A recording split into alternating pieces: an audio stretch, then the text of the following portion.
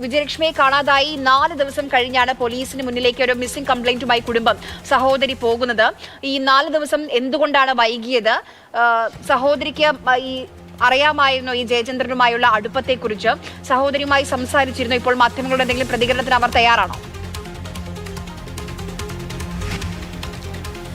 സഹോദരി ഗീതയുടെ ഒരു പ്രതികരണം ഇപ്പോൾ പുറത്തു വന്നിട്ടുണ്ട്. അതിൽ അവർ പറയുന്നത് വിജയലക്ഷ്മി വാടകയ്ക്ക് താമസിച്ചിരുന്ന വീടിന് സമീപത്ത് ആയിരുന്നു ഈ സഹോദരിയും ഉണ്ടായിരുന്നത്. അവരെ കാണാനില്ല എന്ന് മനസ്സിലാക്കുന്നത് 9-ാം തീയതിയോടുകൂടിയാണ്. 9-ാം തീയതിയാണ് ഇവർ ഇവിടേക്ക് എത്തി സഹോദരിയെക്കുറിച്ചുള്ള വിവരങ്ങൾ തിരക്കുന്നതും. ആ സമയത്താണ് ഇവരെ കാണാനില്ല എന്നുള്ള വിവരം മനസ്സിലാക്കുന്നത്. അതിൽ ഏറ്റവും പ്രധാനപ്പെട്ട കാര്യം, ജയചന്ദ്രനും വിജയലക്ഷ്മിയും തമ്മിൽ നേരത്തെ ഹാർബറിൽ ജോലി ചെയ്തിരുന്നു. അങ്ങനെയാണ് ഇരുവരും തമ്മിൽ സൗഹൃദമുണ്ടായത് എന്നാണ് സഹോദരി ഗീത ഇപ്പോൾ പറയുന്നത്.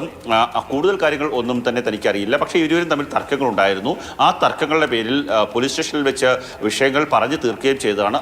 അതിനുശേഷമുള്ള കാര്യങ്ങളൊന്നും തനിക്ക് അറിയില്ല. ഇനി ജയചന്ദ്രനും വിജയലക്ഷ്മിയും തമ്മിലുള്ള ബന്ധത്തിൽ ഈ പറയുന്ന കുടുംബത്തിന് വ്യക്തമായിട്ടുള്ള ഒരു താല്പര്യമുണ്ടായിരുന്നില്ല. ആ ബന്ധം അവസാനിപ്പിക്കണമെന്നുള്ള ആവശ്യമായിരുന്നു വിജയലക്ഷ്മിയുടെ കുടുംബത്തിനുണ്ടായിരുന്നത്. എന്നാൽ അതിൽ നിന്ന് പിന്മാറാൻ ഇരുവരും തയ്യാറായില്ല എന്നാണ് നമുക്ക് മനസ്സിലാക്കുവാൻ സാധിക്കുന്നത്. അതുകൊണ്ട് തന്നെയാണ് അവർ ഈ പോലീസ് സ്റ്റേഷനിൽ വെച്ച് വിഷയം പറഞ്ഞ് പരിഹരിച്ച ശേഷവും വിജയലക്ഷ്മി അമ്പലപ്പുഴയിൽ ക്ഷേത്ര ദർശനത്തിൻ്റെ പേരിൽ അമ്പലപ്പുഴയിലേക്ക് എത്തുകയും ജയചന്ദ്രനെ കാണുകയും അതിനുശേഷം ജയചന്ദ്രൻ്റെ വീട്ടിലേക്ക് പോവുകയും ചെയ്യുന്നത്.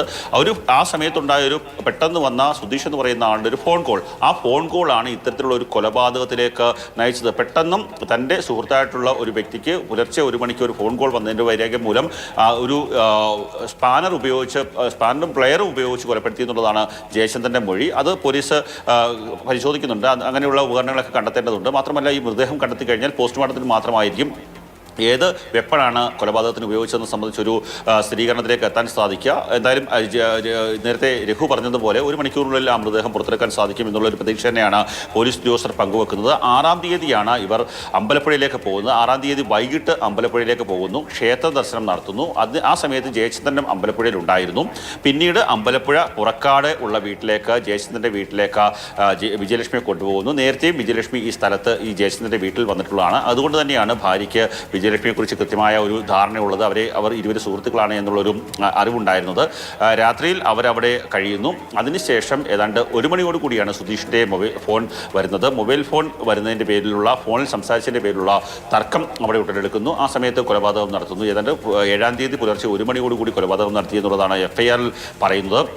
അതിനുശേഷം സമീപത്തെ തൻ്റെ നിർമ്മാണം നടക്കുന്ന വീടിൻ്റെ പുരയിടത്തേക്ക് മൃതദേഹം എത്തിക്കുകയും അവിടെ കുഴിച്ചുമൂടുകയുമായിരുന്നു. നേരത്തെ രഘു സൂചിപ്പിച്ചതുപോലെ ദൃശ്യ മോഡൽ കൊലപാതകം എന്നുള്ളൊരു കാര്യത്തിലേക്ക് തന്നെയാണ് ജയചന്ദ്രൻ പോയത്. കാര്യം അവിടെ നിർമ്മാണം നടക്കുന്നതുകൊണ്ട് തന്നെ അവിടെ JCBയും ലോറിയും മറ്റുള്ള കാര്യങ്ങളൊക്കെ തന്നെ വരുന്നുണ്ട്. അവിടെ JCB ഉപയോഗിച്ച് കുഴികളെടുക്കുന്നുണ്ട്. ഒരു കാരണവശാലും സാധാരണപ്പെട്ട അയൽവാസികൾക്കോ ഒന്നും തന്നെ എന്തിനാണ് കുഴിയെടുത്തത് അല്ലെങ്കിൽ അവിടെ എന്താണ് മറവ് ചെയ്തതെന്ന് തന്നെ ചോദിക്കില്ല. കാര്യം ഏതെങ്കിലും സമയത്ത് ഒരു നിർമ്മാണവുമായിട്ട് ബന്ധപ്പെട്ട് അതിൻ്റെ മറ്റ് ബാക്കി വരുന്ന ഭാഗങ്ങൾ, ഇഷ്ടികയുടെ ഭാഗങ്ങളോ അല്ലെങ്കിൽ ആക്രസാധനങ്ങളോ ഒക്കെ തന്നെ വീടിൻ്റെ ഒരു പറമ്പിൻ്റെ ഒരു സ്ഥലത്ത് കുഴിയെടുത്ത് മറവ് ചെയ്യുക പതിവാണ്. അങ്ങനെയൊക്കെ ആരെങ്കിലും ചോദിച്ചു കഴിഞ്ഞാൽ സ്വാഭാവികമായും അതങ്ങനെ എന്തെങ്കിലും അവശിഷ്ടങ്ങൾ മറവ് ചെയ്തതാണെന്ന് പറയാനുള്ള കാര്യങ്ങൾ കൂടി മുൻകൈ അല്ലെങ്കിൽ ആ കാര്യങ്ങൾ കൂടി പറയാനുള്ള ഉത്തരം കൂടി കണ്ടുകൊണ്ടായിരിക്കണം ഇയാൾ ഇത്തരത്തിൽ ഒരു കൃത്യം ചെയ്തത്. അതിനുശേഷം 10-ാം തീയതിയാണ് ഇയാൾ എറണാകുളത്തേക്ക് പോകുന്നത്. 10-ാം തീയതി എറണാകുളത്തേക്ക് പോകുന്നതിന് മുമ്പ് തന്നെ വിജയലക്ഷ്മിയുടെ ഫോൺ നേരത്തെ തന്നെ സ്വിച്ച് ഓഫ്, അതിനുശേഷം ഇയാളുടെ ഫോണും സ്വിച്ച് ഓഫ് ആയി. അതും രണ്ടും, വിജയലക്ഷ്മിയുടെ ഫോൺ സ്വിച്ച് ഓഫ് ആയത് 7-ാം തീയതിയാണ്. 10-ാം തീയതി ഈ പറയുന്ന ജയചന്ദ്രൻ്റെ ഫോണും ഒരേ ടവറിൽ നിന്ന് സ്വിച്ച് ഓഫ് ആകുന്നു. അതോടുകൂടിയാണ് പോലീസിന് സംശയം ഉണ്ടാകുന്നത്. കാര്യം 12 പേരെ, ഞാൻ നേരത്തെ സൂചിപ്പിച്ചില്ല, 12 പേരെയാണ് ഈ കേസുമായി ബന്ധപ്പെട്ട് വിജയലക്ഷ്മി തിരോധനവുമായി ബന്ധപ്പെട്ട പോലീസ് ചോദ്യം ചെയ്തത്. അതിൽ 11 പേരുടെയും ടവർ ലൊക്കേഷൻ വ്യത്യസ്ത സ്ഥലങ്ങളിലായിരുന്നു. പക്ഷേ 7-ാം തീയതി അല്ലെങ്കിൽ 6-ാം തീയതിയൊക്കെ തന്നെ ഈ വിജയലക്ഷ്മിയുടെയും ജയചന്ദ്രൻ്റെയും telephone location, mobile phone location ഒരേ പരിധിയിൽ വരുന്നുണ്ട്. അതുകൊണ്ട് തന്നെ അവർ ഒരുമിച്ചുണ്ടായിരുന്നു എന്നുള്ള ഒരു നിഗമനത്തിലേക്ക് പോലീസ് എത്തുന്നു. മാത്രമല്ല ഇരുവരും സുഹൃത്തുക്കളാണ്. പോലീസ് സ്റ്റേഷനിൽ വെച്ച് ഈ പ്രശ്നങ്ങൾ പറഞ്ഞു തീർത്ത മുൻ കാര്യങ്ങളുണ്ട്. അതൊക്കെ തന്നെ കൂട്ടി ഇണക്കിക്കൊണ്ടാണ് പോലീസ് അന്വേഷണം നടത്തിയത്. പക്ഷേ ഈ പറയുന്ന ജയചന്ദ്രൻ കരുതിയിരുന്നത് കണ്ണൂരിലേക്കുള്ള ഒരു KSRTC ബസ്സിൽ ഈ മൊബൈൽ ഫോൺ ഉപേക്ഷിച്ച് കഴിഞ്ഞാൽ കണ്ണൂരിലോ അല്ലെങ്കിൽ മറ്റു സ്ഥലങ്ങളിലേക്കോ വിജയലക്ഷ്മി പോയിട്ടുണ്ട് എന്നുള്ള നിഗമനത്തിലേക്ക് പോലീസ് എത്തും എന്നുള്ളതാണ്. പക്ഷേ അവിടെ അയാൾക്ക് തെറ്റി. അയാൾ മൊബൈൽ ഫോൺ സ്വിച്ച് ഓഫ് ചെയ്ത ശേഷമാണ്, സ്വന്തം വീട്ടിൽ വെച്ച് മൊബൈൽ ഫോൺ സ്വിച്ച് ഓഫ് ചെയ്ത ശേഷമാണ് നേരെ അയാൾ എറണാകുളത്ത് കൊണ്ടുപോയി ആ ഫോൺ ഉപേക്ഷിക്കുന്നത്. ആ സമയത്ത് തന്നെ അയാളുടെ ഫോണും ആ ടവർ ലൊക്കേഷനിൽ വെച്ച് തന്നെ സ്വിച്ച് ഓഫ് ചെയ്തിരുന്നു. അതാണ് ഏറ്റവും നിർണായകമായിട്ടുള്ള പോലീസിന് ഏറ്റവും പിടിവള്ളിയായ ഒരു തെളിവായി മാറിയത്. അങ്ങനെയുള്ളൊരു അന്വേഷണത്തിലാണ് ഇയാളെ പിടികൂടുന്നത്. ഞായറാഴ്ച രാവിലെ വള്ളത്തിൽ പോയി തിരികെ വരുന്ന സമയത്ത് ഈ വ്യക്തിയെ പിടികൂടുന്നു. അതിനുശേഷം അയാളെ കരുനാഗപ്പള്ളിയിലേക്ക് കൊണ്ടുവരുന്നു. കരുനാഗപ്പള്ളിയിൽ വെച്ച് വിശദമായി ചോദ്യം ചെയ്യുന്നു. ആ സമയത്ത് ആദ്യം ഒന്നും തന്നെ അയാൾ പറയുന്നില്ല. തനിക്ക് വിജയലക്ഷ്മിയെ അറിയാം, സുഹൃത്താണ് എന്നുള്ള കാര്യങ്ങൾ പറയുന്നു. എന്നാൽ കൊലപാതകമോ അല്ലെങ്കിൽ വിജയലക്ഷ്മിയെ കാണാതായതുമായി ബന്ധപ്പെട്ട കാര്യങ്ങളൊന്നും തന്നെ പറയുന്നില്ല. അമ്പലപ്പുഴയിൽ വെച്ച് കണ്ടു എന്നുള്ള കാര്യം പോലും അയാൾ സമ്മതിച്ചു. പിന്നീട് തനിക്കറിയില്ല എവിടേക്ക് പോയി എന്നുള്ള കാര്യം അറിയില്ല എന്നുള്ള കാര്യമാണ് അയാൾ പറയുന്നത്. അതിനുശേഷം പിന്നീട് പോലീസ് കൃത്യമായി പോലീസിൻ്റെ രീതിയിൽ ചോദ്യം ചെയ്തപ്പോഴാണ് കാര്യങ്ങൾ ഓരോന്നായി അയാൾ പറഞ്ഞു തുടങ്ങി. അയാൾ പറഞ്ഞത് അയാൾ അമ്പലപ്പുഴയിൽ വെച്ച് അമ്പലപ്പുഴ ജംഗ്ഷനിൽ വെച്ച് വിജയലക്ഷ്മിയെ കാണുന്നു. അതിനുശേഷം ഇരുവരും അമ്പലപ്പുഴ ക്ഷേത്രത്തിൽ പോകുന്നു, ദർശനം നടത്തുന്നു. പിന്നീട് സ്വന്തം വീട്ടിലേക്ക് വരുന്നു. അവിടെ രാത്രി കഴിയുന്നു. 1 മണിയോടുകൂടി സുധീഷിൻ്റെ ഫോൺ കോൾ വരുന്നു. അത് തന്നെ പ്രകോപിതനാക്കി. അതിൻ്റെ പേരിൽ തർക്കങ്ങൾ ഉണ്ടാവുകയും തലയ്ക്കടിച്ച് വിജയലക്ഷ്മിയെ കൊലപ്പെടുത്തി എന്നുള്ളതുമാണ് പോലീസിന് ഈ പ്രതി നൽകിയിരിക്കുന്ന മൊഴി. ആ മൊഴിയുടെ അടിസ്ഥാനത്തിലാണ്, കുറ്റസമ്മത മൊഴിയാണ്, ആ മൊഴിയുടെ അടിസ്ഥാനത്തിലാണ് ഈ കേസിൽ ഇയാളാണ് കൊലപാതകി എന്നുള്ള നിഗമനത്തിലേക്ക് എത്തുകയും FIR 7-ാം തീയതി 1 മണിയോടുകൂടി കൊലപാതകം നടന്നു എന്നുള്ള FIR കരുനാഗപ്പള്ളി പോലീസ് ഇന്ന് പുലർച്ചയോടുകൂടി രജിസ്റ്റർ ചെയ്യുന്നു. അതിനുശേഷം പ്രതി ഫോറൻസിക് ഉദ്യോഗസ്ഥർ, പോലീസ് ഉദ്യോഗസ്ഥർ ഇവരെല്ലാവരും ചേർന്ന് ആംബുലൻസ് അടക്കമുള്ള സംവിധാനങ്ങളുണ്ട്, അതുമായിട്ടാണ് അമ്പലപ്പുഴ കരൂരിലേക്ക് പോയിട്ടുള്ളത്. ഇന്ന് തന്നെ മൃതദേഹം പുറത്തെടുത്ത് പോസ്റ്റ്മോർട്ടം അടക്കമുള്ള നടപടികൾ നടത്താനാണ് തീരുമാനിച്ചിട്ടുള്ളത്. ഇപ്പോൾ കരുനാഗപ്പള്ളി പോലീസാണ് കൊലപാതകത്തിന് കേസ് രജിസ്റ്റർ ചെയ്തിട്ടുള്ളത്. എന്നാൽ പ്ലേസ് ഓഫ് ഒക്കറൻസ്, സംഭവം നടന്ന സ്ഥലം എന്ന് പറയുന്നത് അമ്പലപ്പുഴ കരൂരാണ്. അതുകൊണ്ട് തന്നെ അന്വേഷണവുമായി ബന്ധപ്പെട്ട് അമ്പലപ്പുഴ കരൂരിലേക്ക് ഈ കേസ് കൈമാറാനുള്ള നീക്കവും ഉണ്ടാകാൻ സാധ്യതയുണ്ട്. ഇതിൽ എടുത്തു പറയേണ്ടത് ആ മൊബൈൽ ഫോൺ സംബന്ധിച്ച് പോലീസിനുണ്ടായ ഒരു സംശയം. എന്തിനു വേണ്ടി ഈ പറയുന്ന വ്യക്തി, അതായത് വിജയലക്ഷ്മിയുടെ ഫോൺ സ്വിച്ച് ഓഫ് ആയ അതേ ടവറിൽ തന്നെ അയാളുടെ സുഹൃത്തായ ഈ പറയുന്ന ജയചന്ദ്രൻ്റെ ഫോൺ സ്വിച്ച് ഓഫ് ആകുന്നു. അതിനുശേഷം അയാൾ തന്നെ പോയി എന്തിന് ഈ ഫോൺ കണ്ണൂർ വീട്ടിലേക്ക് പോകുന്ന KSRTC ബസ്സിൽ ഉപേക്ഷിക്കുന്നു. ആ സംശയത്തിൽ നിന്നാണ് പ്രതി ഇയാളാണ് എന്നുള്ള നിഗമനത്തിലേക്ക് പോലീസ് എത്തുകയും അയാളെ പിടികൂടുകയും ചെയ്തത്.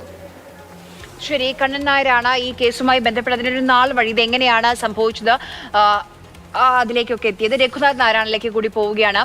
രഘു, നമുക്കറിയാം അന്ന് ജയചന്ദ്രൻ മാത്രമാണ് അവിടെ ഉണ്ടായിരുന്നത്, സഹായത്തിന് പോലും ഒരാൾ ഉണ്ടായിരുന്നില്ല. അപ്പോൾ ഒറ്റയ്ക്കാണ് ഈ വിജയലക്ഷ്മിയെ കൊന്ന് രഘു, ഞാൻ പറയുന്നത് കേൾക്കാമെന്ന് വിശ്വസിക്കുന്നു. രഘു, ഞാൻ ചോദിച്ചു വന്നത് അവിടെ ഇപ്പോൾ പരിശോധന ഇങ്ങനെ പൂർത്തിയായിക്കൊണ്ടിരിക്കുകയാണ്. രഘു, ഈ പറയുന്ന ഈ ജയചന്ദ്രൻ ഒറ്റയ്ക്കായിരുന്നു ഉണ്ടായിരുന്നത്. അപ്പോൾ എത്രത്തോളം ആഴത്തിൽ ഒരുപക്ഷെ ഒരാൾക്ക് കുഴിച്ച് ഇടാൻ പറ്റുമെന്നുള്ളൊക്കെ ഒരു സംശയമുണ്ട്. അപ്പോൾ മൃതദേഹം കണ്ടെത്തിയോ?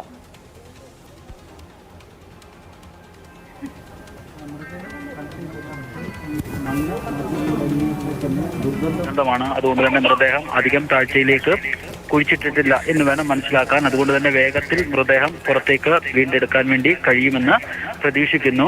ജയചന്ദ്രൻ ആ ദിവസം ഒറ്റയ്ക്കായിരുന്നു. കാരണം ഭാര്യ ഇല്ലാത്ത സമയത്തായിരിക്കുമല്ലോ കൂട്ടുകാരിയെ വീട്ടിലേക്ക് വിളിച്ചു വരുത്തുക. എന്ന് മാത്രവുമല്ല, പരിസരത്തൊന്നും ആരും ഉണ്ടായിരുന്നുമില്ല. അന്ന് അമ്പലത്തിൽ ഷഷ്ടി ഉത്സവമായിരുന്നു. അതുകൊണ്ട് നാട്ടുകാരൊക്കെ അമ്പലത്തിലേക്ക് പോയ ഒരു അവസ്ഥയായിരുന്നു.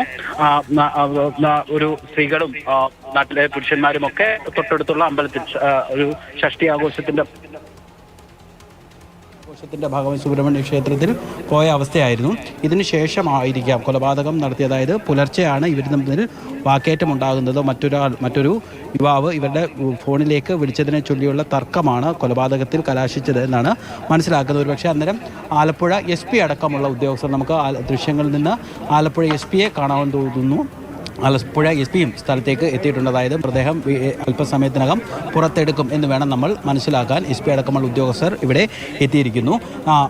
ജയചന്ദ്രൻ ഒരുപക്ഷെ കൊന്ന് അന്ന് രാത്രി തന്നെ ഒരുപക്ഷെ മറവ് ചെയ്തിട്ടുണ്ടാകും. കാരണം മറ്റാരുടെയും സഹായം ഇക്കാര്യത്തിൽ ജയചന്ദ്രന് ആവശ്യമില്ല. ജയചന്ദ്രൻ വളരെ വേഗത്തിൽ തന്നെ ജയചന്ദ്രൻ ഒരാൾക്ക് എടുത്ത് മാറ്റാൻ പറ്റുന്ന അവസ്ഥയിൽ, അല്ലെങ്കിൽ ഒരാൾക്ക് മാത്രം എടുത്ത് താഴേക്ക് ഇടാൻ പറ്റുന്ന, അല്ലെങ്കിൽ എടുത്ത് മാറ്റാൻ പറ്റുന്ന അത്ര മാത്രം ദൂരത്തിലാണ്, ഒരു 10-15 അടി മാത്രം ദൂരത്തിലാണ് ആളുകൾ ഉണ്ടായിരുന്നത്, അല്ലെങ്കിൽ ഈ മൃതദേഹം ഉണ്ടായിരുന്നത്. വീട്ടിൽ നിന്ന് ഞാൻ ആദ്യം പറഞ്ഞ ഒരു നാട്ടുഭാഷയിൽ ചെറുതായിട്ടൊന്ന് ചാടിയാൽ ഇപ്പോഴത്തെ സ്ഥലത്ത് എത്തും. അത്തരത്തിൽ ജയചന്ദ്രൻ ഒരുപക്ഷെ വളരെ ഈസിയായി ജയചന്ദ്രൻ അധികം പരിശോധന വേണ്ടി വരില്ല. രഘു, അവിടെ മൃതദേഹം കണ്ടെത്തിയോ? ആളുകളൊക്കെ വലിയ രീതിയിൽ അവിടേക്ക് എത്തി നോക്കുന്നുണ്ട്. അതുകൊണ്ട് ചോദിക്കുകയാണ്, ഈ വിജയലക്ഷ്മിയുടെ മൃതദേഹം അവിടെ പരിശോധനയുടെ ഭാഗമായി കണ്ടെത്തിയോ?